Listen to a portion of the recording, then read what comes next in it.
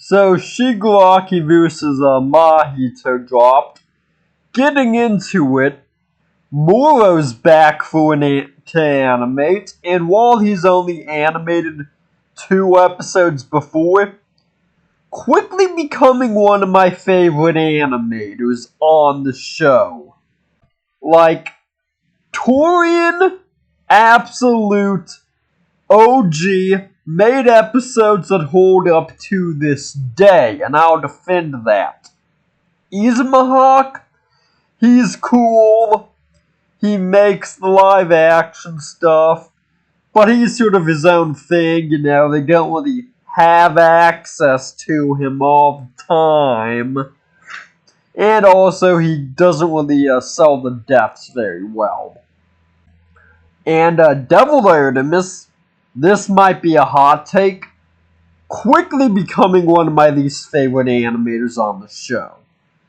Like, Ganon vs. Dracula, where it's very ability heavy, he's good.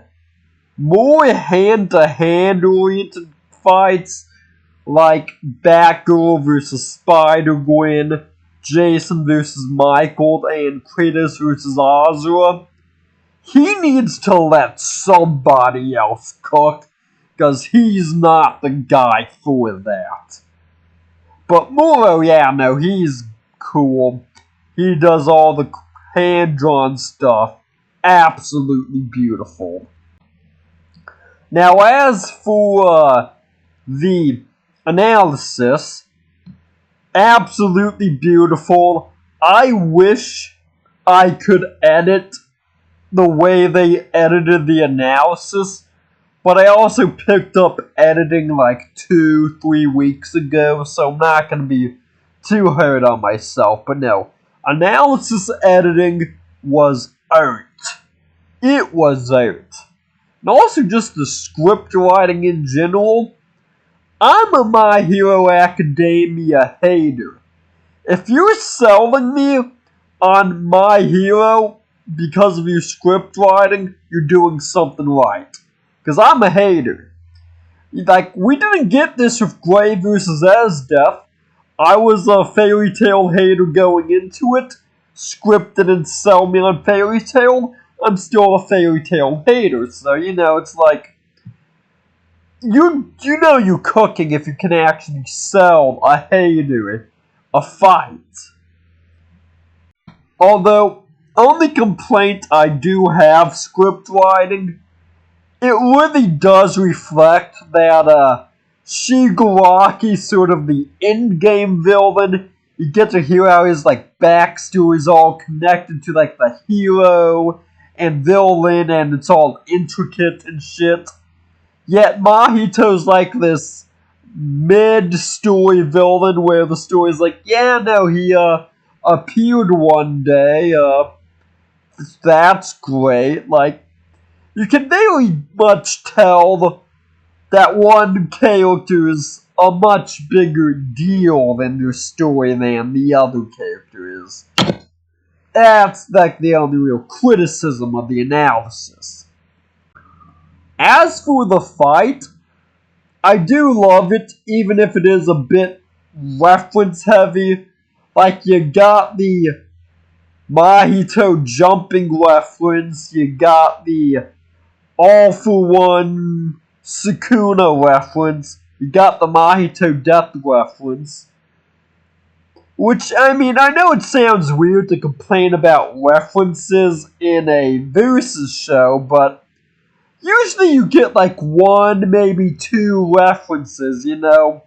While here it felt like half the fight was JJK references. And again, I'm a My Hero hater, so I wouldn't know about any My Hero references.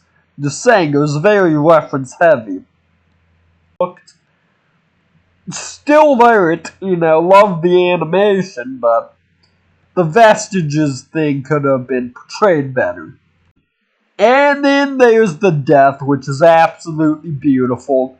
Of course, a reference to Mahito's fleeing, although I feel here it's done much more comedically than in JJK Season 2, just based on the clips, like, this is obviously meant to be a meme. It looks kind of goofy on the sudden, in a good way goofy on, you know, there's bad goofy on, then there's funny goofy on, you know, but still, I love the death, Mahito's attempts to escape failing, him getting dissolved anyway, all in all, the episode was fucking great, you know? A couple complaints here and there, but, you know, it's beautiful. So it looks like the corner boxes are here to stay, and oh boy do I have my thoughts on them. It is one thing in the case of Bowser versus Eggman where there's so many factors going into it, you sort of have to do it. Or even in cases like Goku vs. Superman and Omni-Man v. Bardock, while a bit more straightforward, I can still see it. My issue is in cases such as Among Us vs. Fall Guys, or this very episode, where it's just a stomp.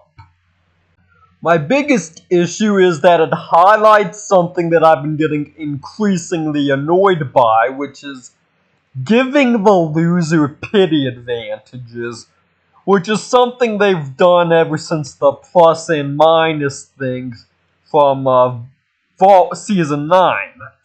Think how, like, Gogeta's only advantages were more canonical victories, which doesn't matter in a composite fight, and more exclusive techniques, which I will just have to, like, sure, that doesn't really help, but sure.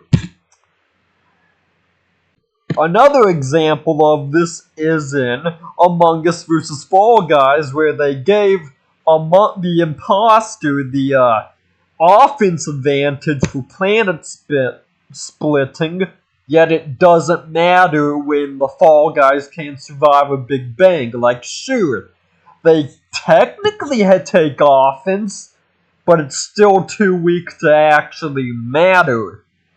Or in this very fight, they give Shigaraki survivability, which, sure, he can regenerate from Ferrous.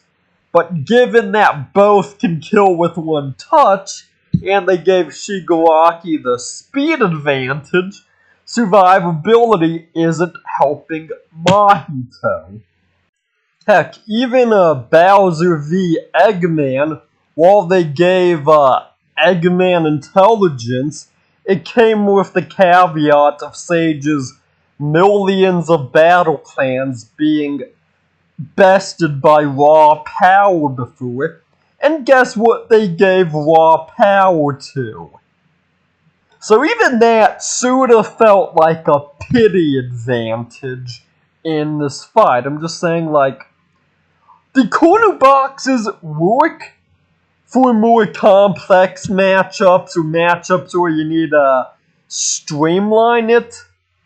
But there's definitely times where the boxes feel forced, and the boxes definitely just highlight pity advantages.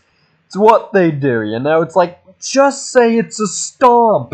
There's more dignity in it. We don't need to give the loser a pity advantage if they just lose, you know? It's